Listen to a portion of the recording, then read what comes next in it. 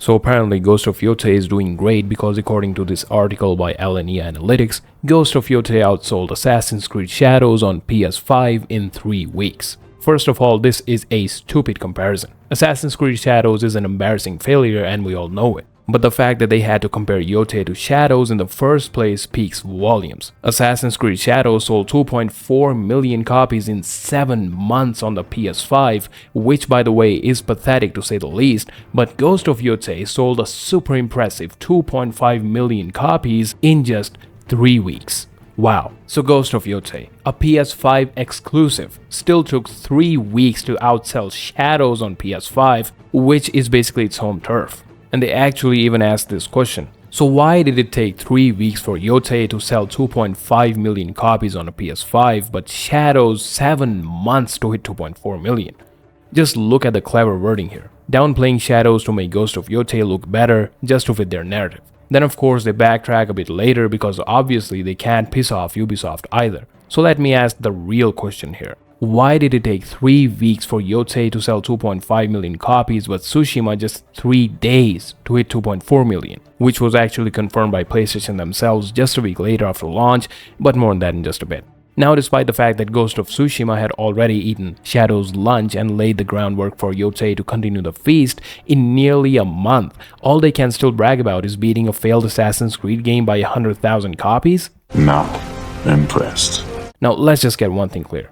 Since a lot of people were not paying attention in the last video, Ghost of Yotei is not a financial flop. The guys at Sucker Punch managed to make this game on a budget similar to that of Tsushima's, and that's actually impressive and deserves some praise, because technically it's a well-made game, with solid gameplay, stunning visuals, and a plenty of small improvements to the open world. And for a budget of around $70 to $80 million, maybe around $100 million if you factor in the marketing cost, it is impressive. And I would even say that this game deserved to be financially successful. But the point is simple. It's nowhere near as successful as Ghost of Tsushima was, and it's the only comparison that makes sense, but anyhow. I mean, why else would they plan to release Ghost of Yotei on Steam next year while Ghost of Tsushima came out on PC 4 years after release? Why are PlayStation and Sucker Punch still quiet almost a month after launch while these mega shills like Matt Piscatella here spew nonsense like Ghost of Yotei is basically flat to that of Tsushima? It did great.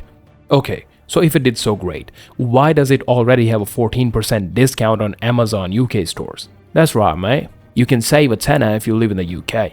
Anyways, thanks to Smash JT for calling this one out, cause this is the same guy who tried hard to shill for Star Wars Outlaws, Assassin's Creed Shadows, and even Dragon Age the Veilguard, which is a certified flop at this point. But don't worry, this is the credible source you're supposed to trust because the game journals trust him as well. I wonder why the gamer had a massive round of editorial layoffs, but that's a topic for another video. I'd also like to give a special shout out to people like this guy who defend the game like their life depends on it. The dude also thinks that the gaming media outlets are reputable. But it's okay, opinions are subjective and I respect his.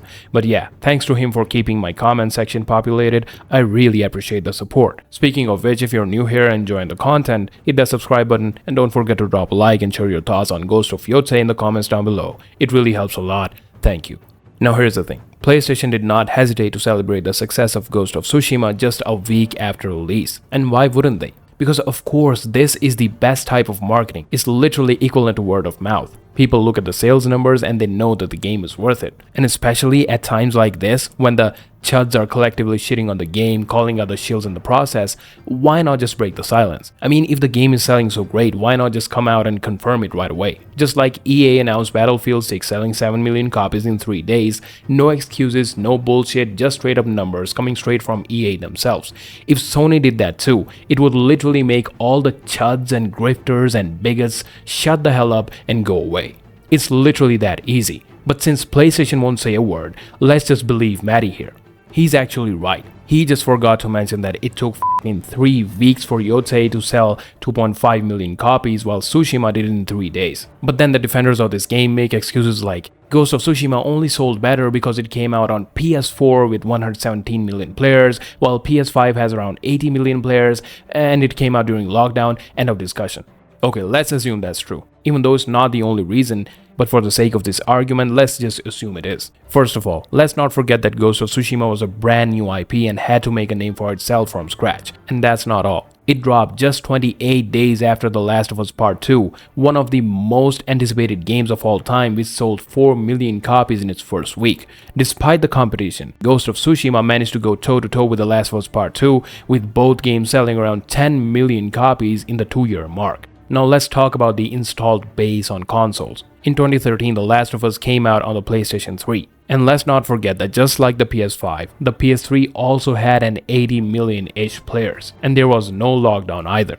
And just in case you didn't know, the year 2013 was also stacked with juggernauts like Black Flag, Battlefield 4, Call of Duty Ghosts, Tomb Raider, Batman Arkham Origins, and the biggest one of them all, Grand Theft Auto 5. Despite all those odds, The Last of Us still managed to sell around 6 million copies on the PS3 in 1 year. And since the PS4 launched just a few months later and The Last of Us Remastered came out the very next year, I'm guessing it sold a total of 8 million copies on the PS3 in roughly 2 years or so. But that's just a logical estimate since no official numbers confirm it. So the point is, even though the installed base and lockdowns do matter, they don't make that much of a difference. Especially for a game like Ghost of Yotei, which already had the Ghost name going for it. The 10 million Ghost of Tsushima players definitely knew about this game, they simply did not care enough to buy it for various reasons. It could be the boycott, it could be the price, or maybe the simple fact that Sucker Punch hired all the wrong people for this one and replaced a fan favorite character with this, whatever kind of bulldog this is. And we've seen this exact same pattern before. The Last of Us Part 2 sold half of what the first one did, Spider-Man 2 sold a third of what the first one did, God of War Ragnarok was outperformed by God of War 2018. This has been a trend with all these huge games. You know why? Because they either cuckify or straight up replace a beloved character with some angry, ugly girl boss. These sequels should have been easy money. The fans were already there. You already have a so-called installed base. And if the game is good with a decent story and solid gameplay, they will buy it regardless the console or lockdown or whatever. Just look at RDR2. A massively successful sequel that sold more than 2 times than what the first one did. Now you might be wondering, why would I bring that up? The thing is, John Marston was also a fan favorite character that was replaced by a brand new protagonist in RDR2. And they didn't just replace John by changing the era for exploring the ideology or whatever, they decided to make a prequel story and had the balls to make John into a side character. But still that replacement worked. You know why? Because it made sense. They didn't do it for some kind of political bullshit or diversity points. They did it purely to expand on the story and tell it from the perspective of another character. But more importantly, it only worked because they replaced John Marston with an equally badass, likable, and well-written main protagonist. And the fans didn't only accept Arthur, they fell in love with him. Meanwhile, Ghost of Yotei changed an entire time period to explore the ghost mantle, but we all know it's just a bullshit excuse to replace Jin because they just hate normal dudes and that's it. They took 5 years to make this game, and this insufferable girl boss is what they could come up with. Then they slapped on this lazy revenge plot as a sorry excuse for a story and called it a day. Meanwhile, people in my comment section have written infinitely better stories that would have actually made for a much better Ghost sequel. You might already know this, but I tried this game over at my friend's place, and even though the game looked great and played well, I decided it's not for me. Because if I just wanted to have some mindless fun, I'd boot up games like Just Cause 2, Prototype, Infamous, Batman, Grand Theft Auto, Saints Row, and the list goes on.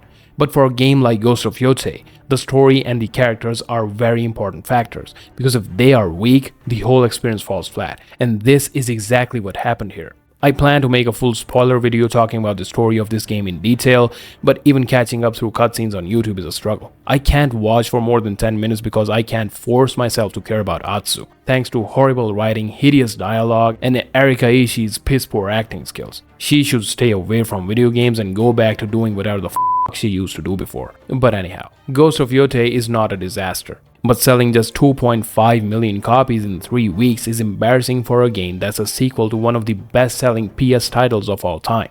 But anyways, I'll leave you at that. Do let me know what do you think about Ghost of Yotei in the comments down below. I'm sure many of you have ended the game by now. I just want to know if the story gets any better, or is it the same bullshit through to the end. Thanks for watching. We're really close to hitting 1000 subscribers, so don't forget to drop a like and subscribe if you enjoyed the video. Until next time, take care.